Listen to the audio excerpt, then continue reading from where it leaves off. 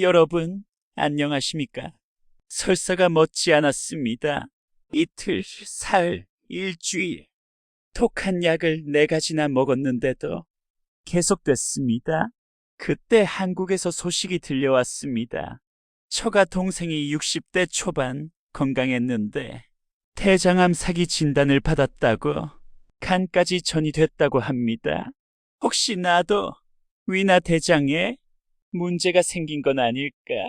심장 CT도 찍었고 전립선 MRI 검사도 받았습니다. 한참을 긴장했습니다. 암이 진행되지는 않았는지 결과는 다행히 이상 없었습니다.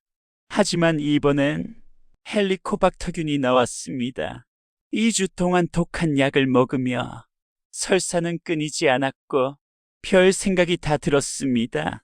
73세 김전무 생과 사의 경계에서 무슨 생각을 했을까요? 오늘은 그 이야기를 들려드리겠습니다.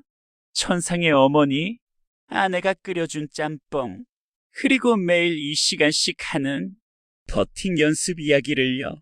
건강은 타고난 부분도 있고 평소 몸 관리를 어떻게 했느냐도 관계가 있습니다. 다행히 저는 술과 담배를 종교적 이유로 평생 멀리했습니다. 그 덕은 분명히 본 것 같습니다.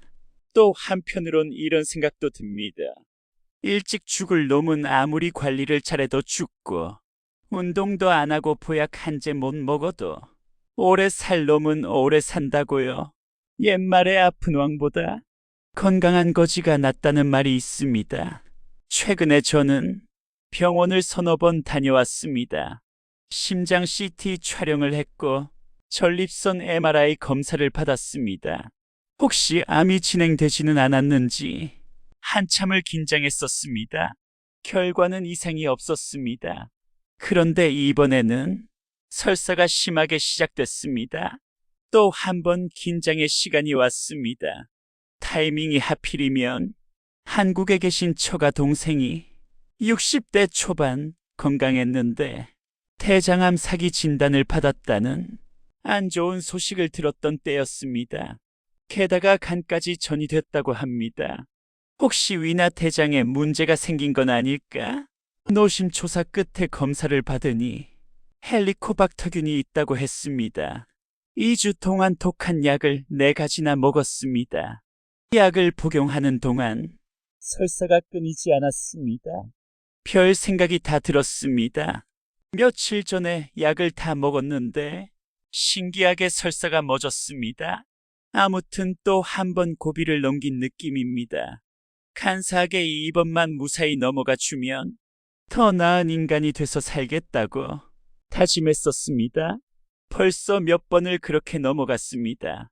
결국은 잠시 동안 암이니 뭐니 혼자 북치고 장구치고 걱정하지 않았나 싶습니다.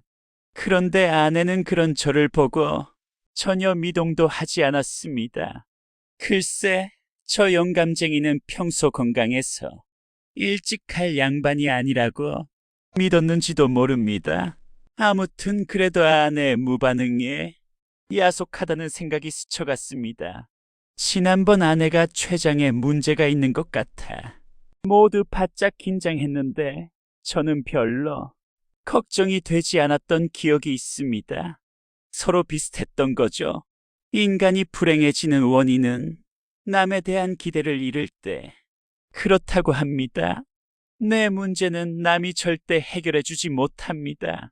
아예 누구에게 관심을 받거나 사랑을 받을 기대는 일찍 접는 게 현명하지 않을까 싶습니다. 설사가 먹고 건강을 되찾은 어느 토요일이었습니다. 금싸라기 같은 황금 주말을 조용하게 보냈습니다. 골프 너구리들 스케줄에 따라 제 스케줄도 수정을 해야 하는데 이번 주말엔 골프를 쉬었습니다. K 너구리가 몇 달 전에 허리 협착증인가 해서 허리 수술을 받았습니다. 그런데 이번엔 항문 속에 뭔가가 터져서 똥꼬를 꿰매야 한다고 똥꼬 수술을 받았습니다. 엘너구리는 텍사스 사는 딸이 아기를 낳았다고 손주 보러 훌쩍 떠났습니다. 글쎄, 너구리들이 이런 사정이 생기니 갑자기 낙동강 오리알이 된 느낌이었습니다. 간만에 주말을 조용하게 보내고 아내와 외식을 하고 싶어서 짜장면이나 먹으러 가자고 했는데 아내 반응이 석연치 않았습니다. 교회에 같이 가는 것만 시간대가 맞습니다. 무슨 조화인지 항상 아내와 하고 싶은 게 일치가 안 되곤 합니다. 글쎄, 하는 수 없이 혼자 소파에 누워 올림픽 골프 중계를 봤습니다. 그러는 사이 아내가 시장을 다녀왔는지 뭔가를 하고 있었습니다. 여보, 뭘 하고 있어? 물으니 짬뽕을 만들고 있으니 기다리라고 했습니다. 중국집에 가서 짜장면을 오더했는데 차고로 짬뽕이 나온 셈입니다. 짬뽕 국물이 일품이었습니다. 연신 아내는 사 먹는 것보다 낫지 하며 물었습니다. 응 하고 짧게 대답했습니다. 평소 집안일을 잘 도와주지도 않고 일주일 내내 골프만 치는 김전무가 뭐가 이쁘다고 짬뽕을 만들어주지. 양심이 찔렸습니다. 그 순간 깨달았습니다. 생과 사를 오가는 동안 제 곁을 묵묵히 지켜준 사람, 미동도 하지 않는 것 같지만 짬뽕을 끓여주는 사람, 바로 아내였습니다. 건강검진을 받으며 생과 사를 생각할 때 제가 가장 많이 떠올린 사람은 바로 어머니였습니다. 우리 어머니는 아들 사형제를 홀로 키우셨습니다. 미국에 오셔서는 손주 6명, 손녀 1명을 다 키워주셨습니다. 집집마다 큰 도움을 주셨습니다. 아무튼 어머니는 우리 집안의 수호신 같은 분이셨습니다. 한국에 계실 때 오랫동안 어머니를 모시고 살았지만 미국에서는 내 아들 집을 다니시며 손주들을 키워주셨습니다. 그리고 말년을 노인 아파트에 사시다 88세에 돌아가셨습니다. 참 후손을 위해 헌신적으로 아낌없이 가족을 위해 훌륭하게 사셨습니다. 둘째 아들인 저는 어머니를 많이 의지하며 평생을 살았습니다. 그런데 말년에 동부에 계셨던 어머니를 자주 찾아뵙지 못해 불효자처럼 지냈습니다. 어떤 아들이 어머니가 입원해 계셔서 아들이 그렇게 보고 싶어 하셨답니다. 그런데 그 아들이 싱글 골프를 유지하느라 연습하랴 시합하랴 문병을 자주 못 갔었다는 이야기를 들었던 적이 있었습니다. 글쎄, 그게 제 자화상이었는지도 모릅니다. 아무튼 그런 아들이 염치도 없이 가끔 골프가 안 되고 헤맬 때 천상의 어머니를 찾곤 했습니다. 이렇게 치면 울 엄마한테 혼나는데 하며 중얼거렸습니다. 그리고 백발이 성성한 아들이 엄마, 저를 좀 도와주세요 라고 소리치면 너구리들이 옆에서 킥킥대고 웃곤 합니다.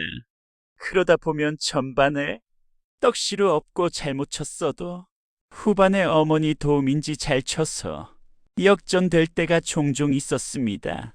특히 마지막 18홀 결승이 한 점 차로 엎치락뒤치락 할 때 간절히 어머니하고 부르며 도와주세요 하고 주문을 외웠습니다. 그러면 버디 찬스가 생기거나 팔을 해서 이길 때가 종종 있습니다. 그러면 어머니, 나 이겼어 하고 푸른 하늘에 소리쳐 보곤 합니다. 과연 천상에 계신 어머니가 도와주셨을까요?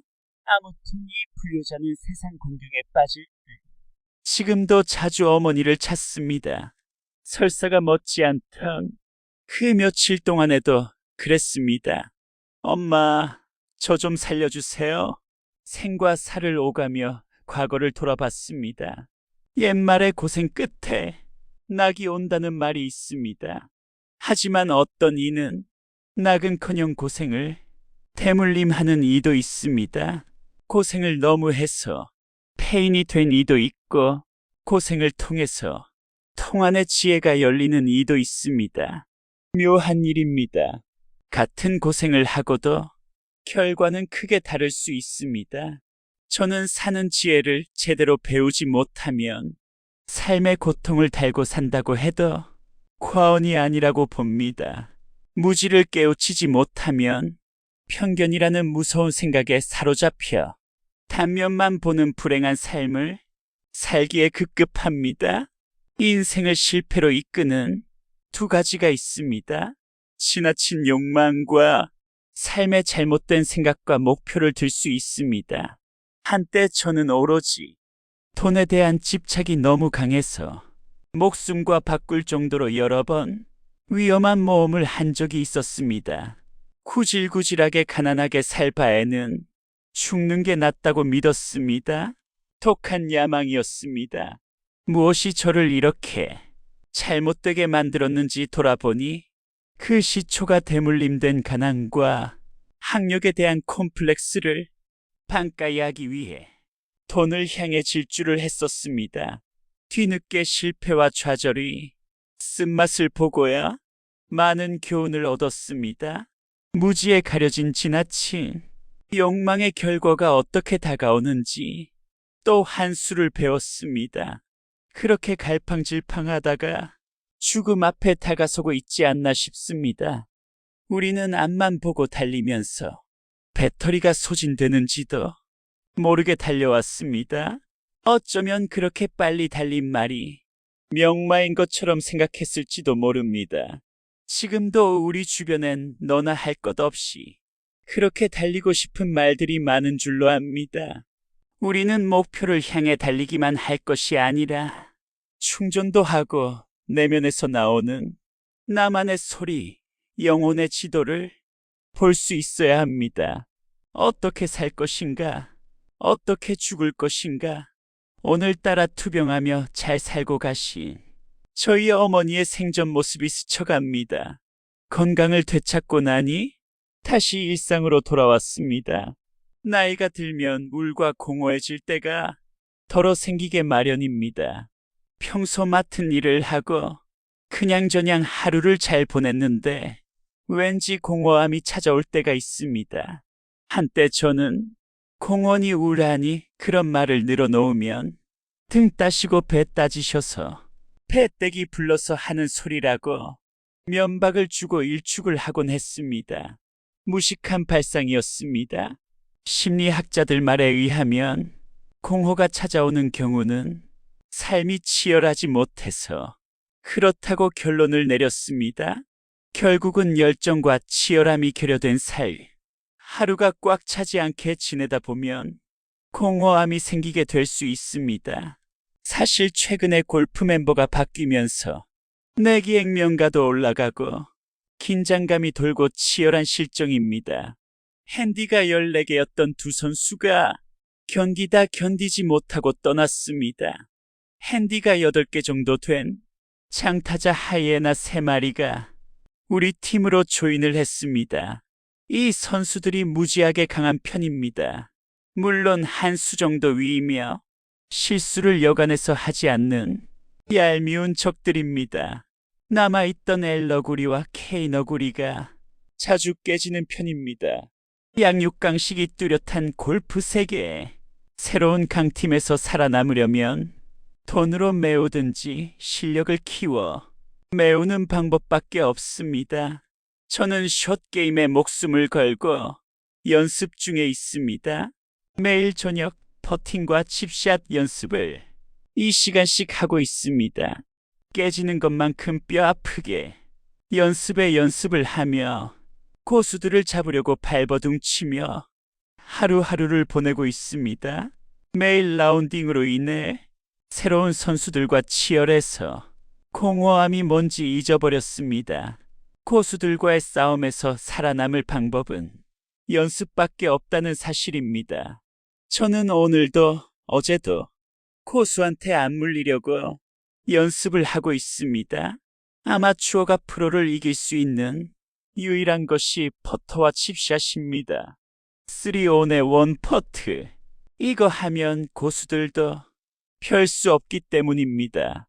여러분, 저는 생과 사의 경계를 몇 번 오가며 깨달았습니다.